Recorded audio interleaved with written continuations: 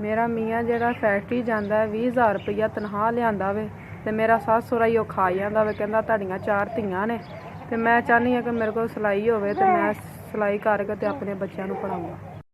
मेरियां 4 बच्चियां ने, है 2 वड्डियां ने, 2 है 4 बच्चियां ने मेरियां।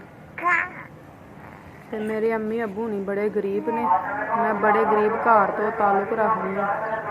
तो उन्होंने मेरी शादी की 6 साल हो गए ने, 7 साल मेरी शादी में। मेरी सिलाई मशीन होवे ते मैं अपने बच्चों दे जेहड़े ने बच्चों स्कूल पाना चाहनी हाँ कि मेरे बच्चे जेहड़े ने स्कूल जेहड़े ने जान पढ़ाई करन ते मैं सूट सी के घंटे 2 दे विच चंगी दिहाड़ी ला सकनी हाँ ते अपने बच्चों का खर्चा कढ़ सकनी हाँ ते अपने बंदे का सहारा भी बन जावां। जेहड़े मेरे सोहरे ने ना वो मैनू बड़ी तंगी देंदे ने, घर की कोई शै मैनू इस्तेमाल नहीं करन दे।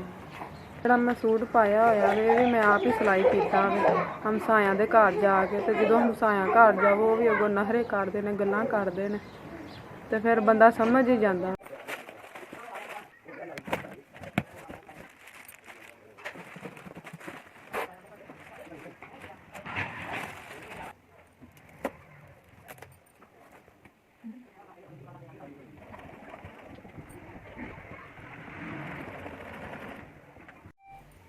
मशीन मैनू मिल गई है, मोटर भी मिल गई है, सब कुछ मैनू मिल गया वे ते मैं हुण अपने बच्चों को स्कूल भी पढ़ावांगी ते अपने घर का निज़ाम भी सीधा कर लाँगी।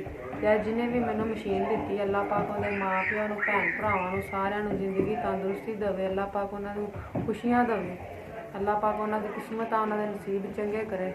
मैं सारी जिंदगी अपने दुआवां देंदी रहांगी। तुसीं मेरे बच्चों लिए सोचिया वे, मैं अपने बच्चों नूं हुण पढ़ावांगी लिखावांगी, सारी जिंदगी तुहानूं याद रखांगी, तुहानूं दुआवां देवांगी। अल्लाह जिस भाई ने मशीन मैनू दित्ती हुई है, इस नेक काम दे विच हिस्सा पाया वे, अल्लाह पाक उन्हां नूं होर उन्हां दे कारोबार च उन्हां दीआं कमाईआं च बरकत पावे। जिन्हां ने मेरियां बच्चियां वास्ते सोचिया मैं उन्हां वास्ते झोली चुक चुक के दुआवां करां।